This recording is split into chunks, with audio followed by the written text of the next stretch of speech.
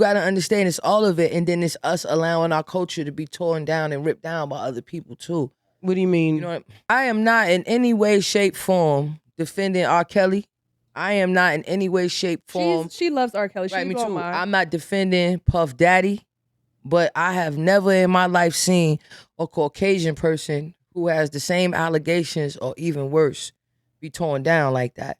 You What's his understand? face? Harvey Weinstein ain't go through it like that. They did not go to Harvey Weinstein house with guns drawn.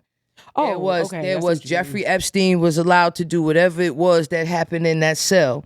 You get what I'm saying? It's just certain things that it's just certain things that happen along the lines, and it's like if y'all gonna throw R. Kelly away, y'all got to go back into the 50s. Let's start there. So with Elvis. Yeah, let's start. You know what I'm saying? Let's start there where it was normalized to do these things.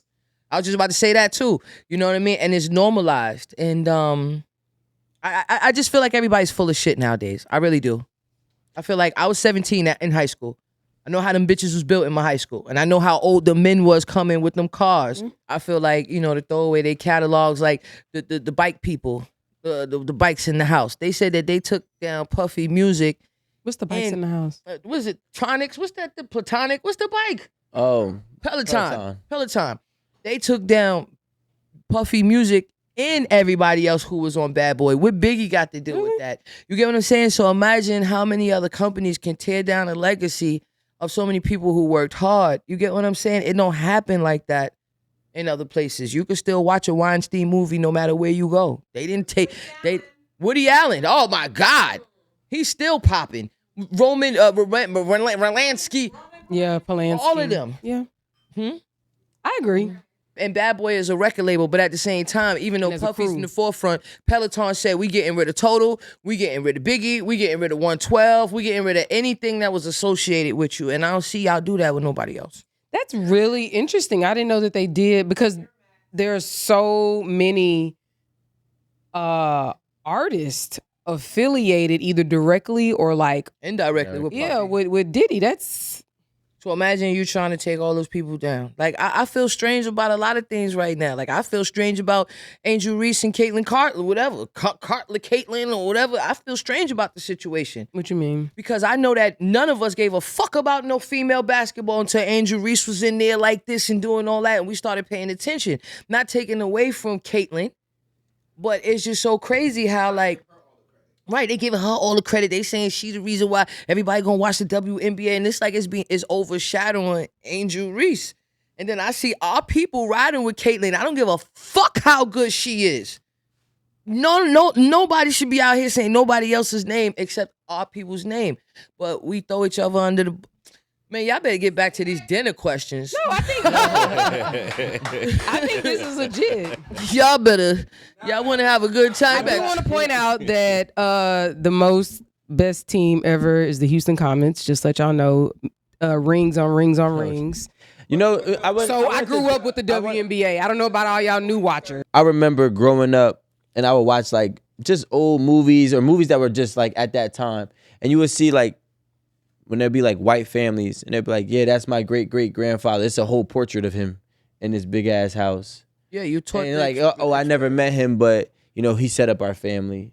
And I feel like I don't have anybody in my family who, has a picture of our great-great-grandparents. Let me explain something to you. Yeah, like great-great-grandparents. I don't even know. I can't tell you what anybody looked like past my great-grandmother. Let me break it down for you in 30 seconds. So what happened is everybody in here, majority of us with melanin, we are part of the Songhai tribe. That's why when you do your 23andMe, that's why when you do Ancestry, they tell you that you're from Nigeria, which is translated to just mean a lot of black people. I can't even believe that we accepted the name Africa because it comes from Africus or whoever it was that discovered the biggest continent in the world. But anyway, we're part of the Songhai tribe. Mansa Musa was the richest man. Go look it up and you can understand his story.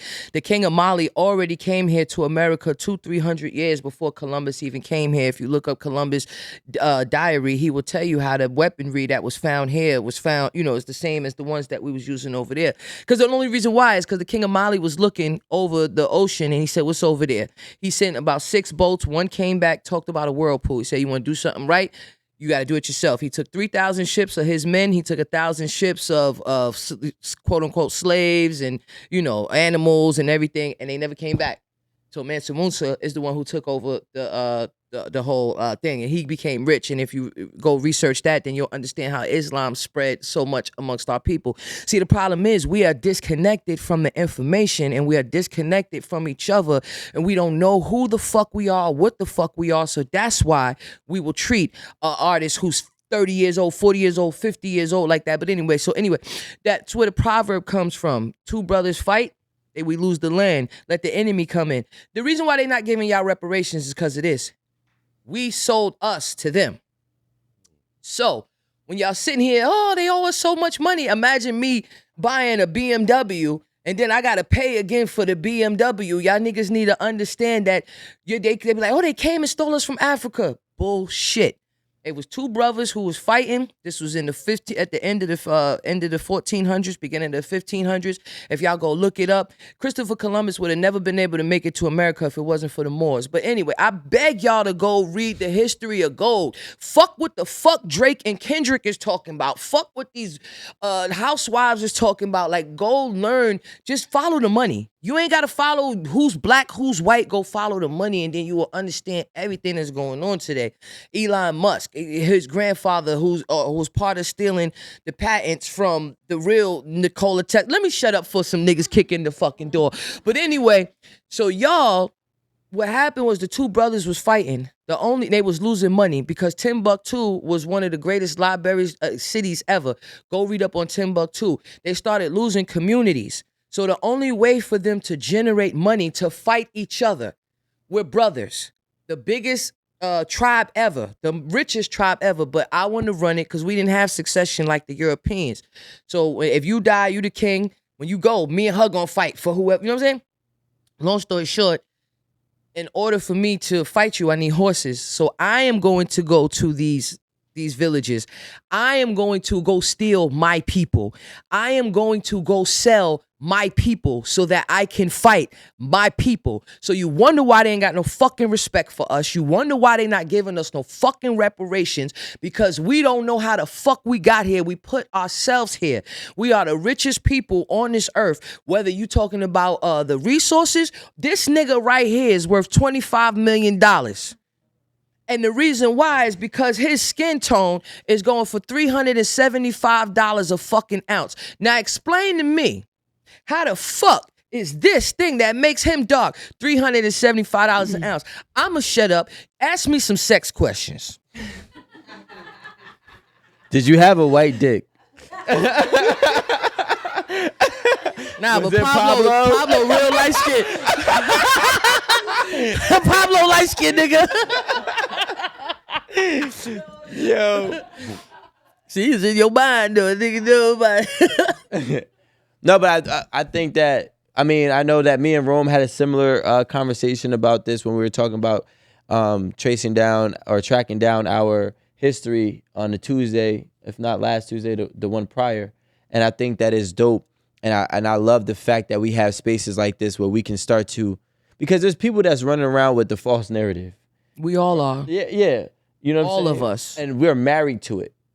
And that's the thing. I feel like, I believe, like, you can ask Marie, you can ask Alan. I send them things every goddamn day, right? And I think that it's important because I feel like we just have to chip away at the tree. So I just want to say I applaud you, and I appreciate. No, I ain't chipping at no tree, nigga. I'm not on nobody's soapbox. I'm not trying to open nobody's mind. I'll drop a couple seeds here. If you go look it up, that's you. I am not the fight for freedom, bitch. No. mean, like, look at Jesus and look at Nipsey and everybody who fit there, Tupac and all of them. Look what happened to them. Nah, I ain't waking niggas' minds up. I dropped a few seeds. You want to know? Fine. Other than that, don't come to me with no black power shit, nigga. Yeah. Okay, we'll run with that. That's not. That means guaranteed sniper. I'm not here for that. Listen to me. I study a lot. I read shit at night that y'all in here don't, man, listen. Nigga, the places I go at night, 3 a.m. after that little I'm 40 bathroom break. Nigga. 40 bathroom break. Nobody else get up after 3? It's just me. Fuck y'all. He laughing, he 42. But anybody who goes from Che Guevara to like I said, Nipsey Hussle to Tupac, anybody who's trying to lead that movement, for one, Niggas don't want it. And for two, I'm not getting shot for it. Huey and all of this other stuff. We put them on our t-shirts. We say thank you very much. And then we go sell drugs to our community. And we sit here and we create broken homes. We sit here and we promote ignorance. We sit here and we kill our people.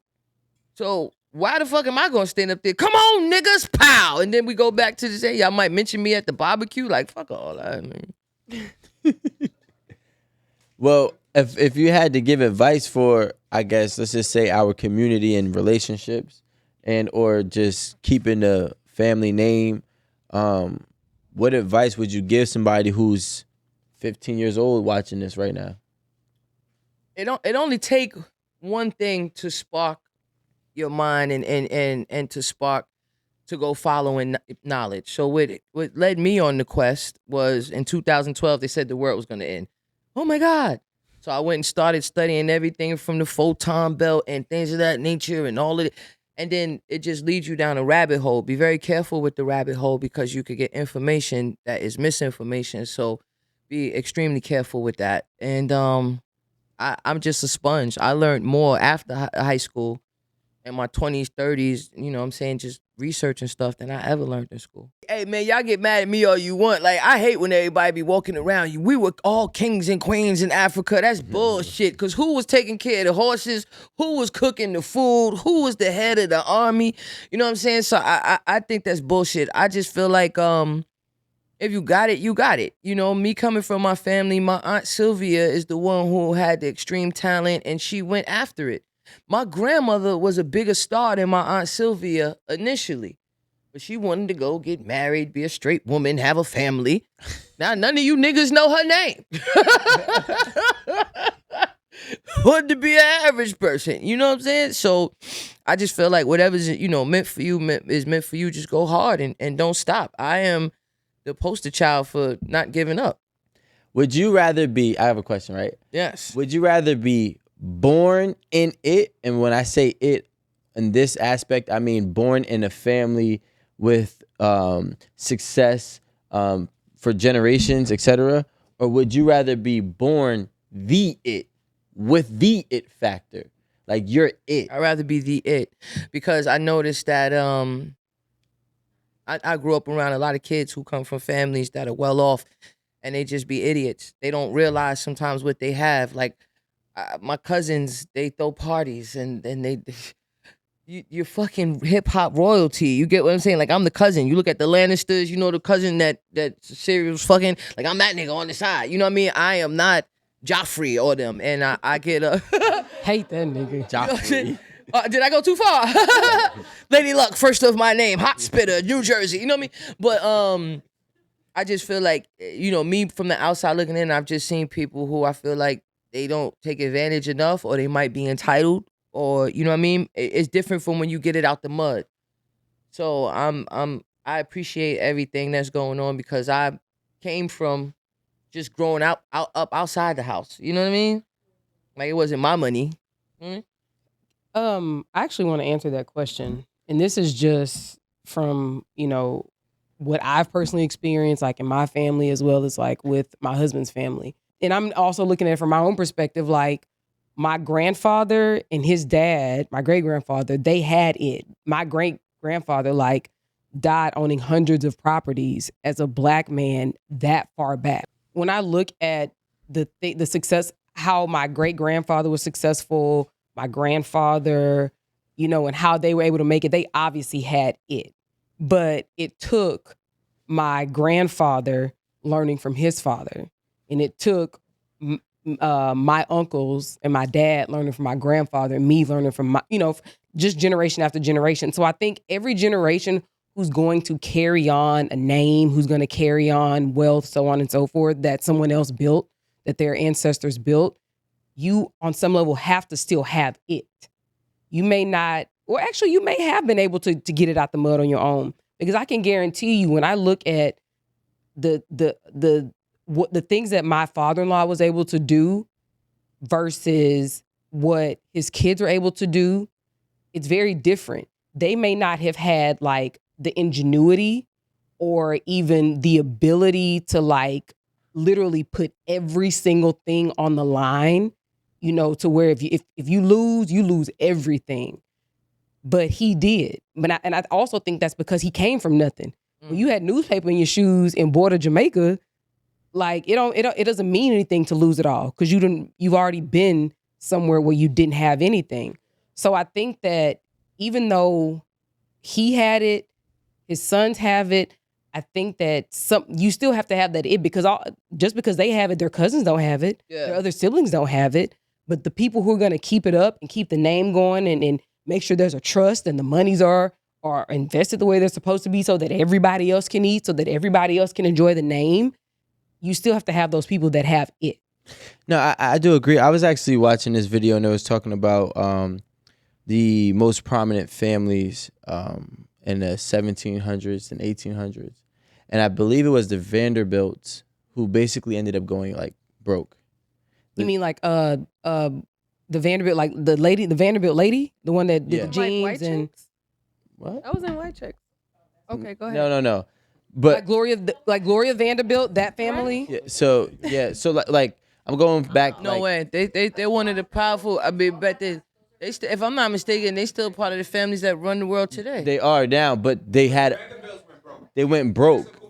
Yeah, they went broke. And Yeah, they went broke. Like and actually, all the other families were kind of like they were just running while they literally just they didn't go broke overnight. They had a slow generational decline that led to them being broke. Niggas ain't had that it factor. They didn't have the it, and eventually, at some point in time, you know, I don't know how they got back up to still be where they're at today, but they've been a known family for about 200 years now. Yeah. But they went broke, right? So I do think that, like people, for example, like LeBron James, who has an it and the timing. You know what I'm saying? Because the timing now for basketball is obviously way more lucrative than it's ever been before. And he happened to be born with that it factor here now. But these people like who have that it factor that's undeniable can shapeshift or can shift their entire family lineage, right? And I do think like, you know, and we have that old saying that, you know, the grandfather drives a Honda and then the son drives a Mercedes. The grandson drives a Bentley. The great-grandson drives a Honda. Right? Because typically, by that fourth generation, the it factor money done ran low. And it's two generations. Yeah, two or three. It's two. Well, one it's starting. Yeah. You know what I'm saying? If you Two agree after. that. Yeah. Yeah. And what happens is I think that a lot of times like to be it is more rare than anything. Right? And if you're born it in a family with legacy, you can fortunate. keep it going. Yeah. You're fortunate, you know, but I think a lot of families don't. I think a lot of wealth doesn't get passed on. You know, like there's different you know, methods and ways to pass on wealth that a lot of people don't know as well. And some people do know. But I do think that, yes, I agree, but I also think that it is not always synonymous. You know, like there's issues with carrying on family legacies that have wealth attached when you don't have really any talent, ambition, appreciation, gratitude, and all those different intangibles. Then next thing you know, you're right back at that Honda.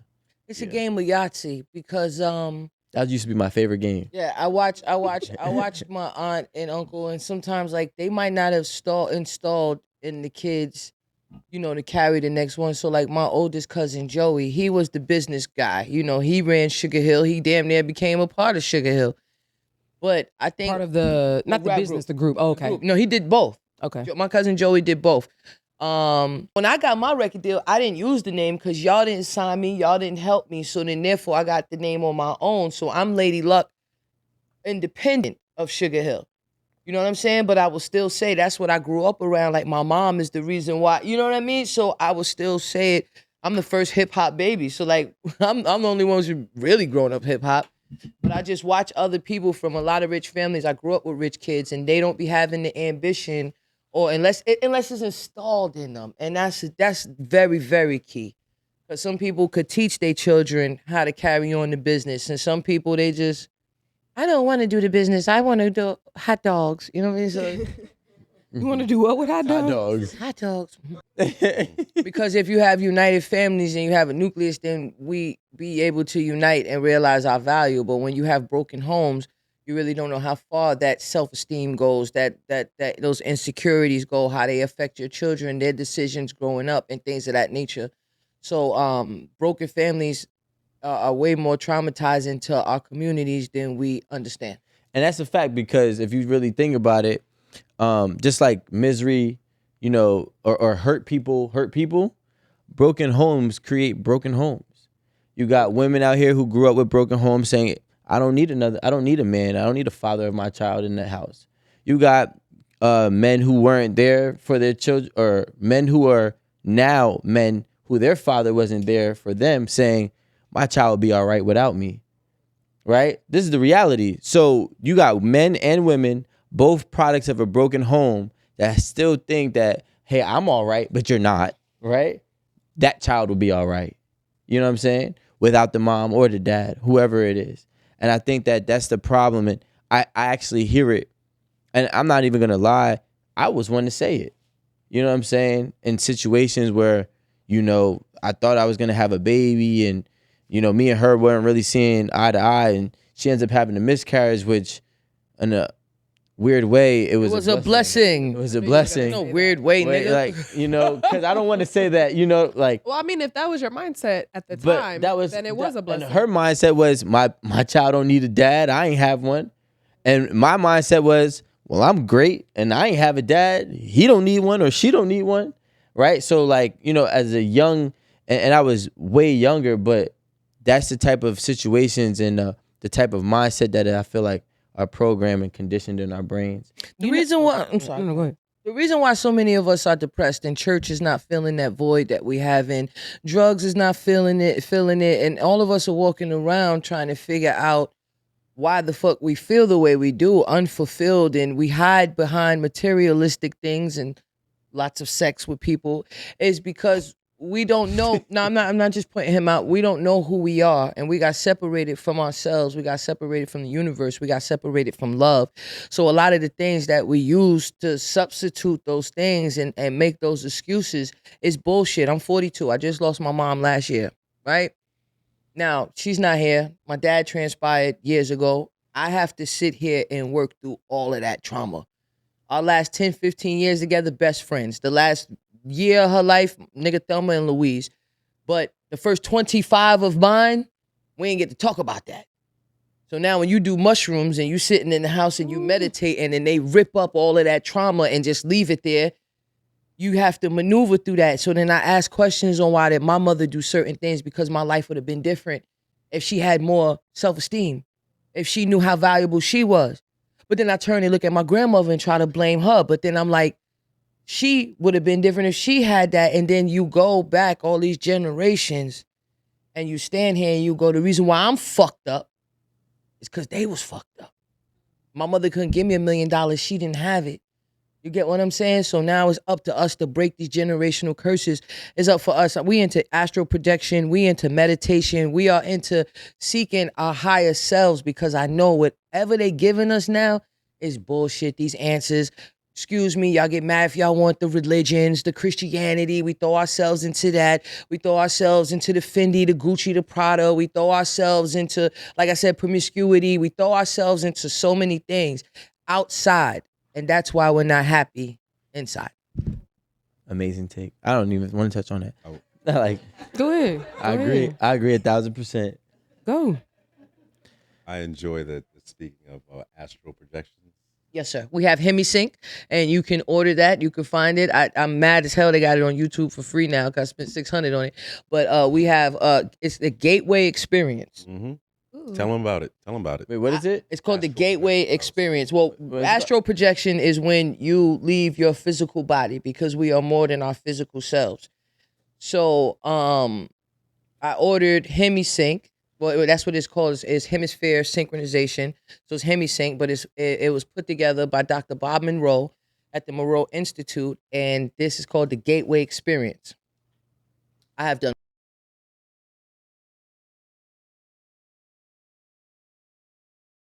I have never had fear of doing something like this, and it is meditation. It's nothing else. You put on some headphones, you listen to what this man tell you to do, you do it. It's 36 volumes. I made it to volume 3 and took 6 months before I touched it again because I know it works. Like I know, like I felt, okay, nigga, I'm about to leave my body. I know that I'm gonna be able to, you know what I mean? So it's called the Gateway Experience. If that's what you into, it's not for the weak-hearted. It's not, it's not nothing to play with.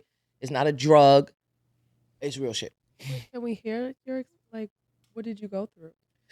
We haven't completed it yet, and the reason is because like in the beginning, you have to prepare yourself to leave your body. So there's things that we can't see with our normal eyes, the entities and other things that exist outside of what we can see with our normal eye. So just practicing building your force field so that when you know what I'm saying, this shit sounds crazy. No, it doesn't go. But to protect yourself once you leave your body, because like how your grandparents, they always tell you spirits is around, all that, to make sure that they don't get you when you get out. And I want y'all to go watch some videos on astral projection. It's people who will tell you see the difference in their face, video to video. You see the difference in their eyes. So the reason why we haven't been able to do it is because you have to practice these things. And unfortunately, I haven't sat in my ass down long enough to be home for a month or two to really focus on it. So I've been doing this other type of meditation with the candle. I'm into a lot of shit. You know what I'm saying? So I would just tell anybody watching, 15 years old, if you need a great start, you can follow my man Billy Carson, Forbidden Knowledge with the number 4 in the front, and just research and be careful what you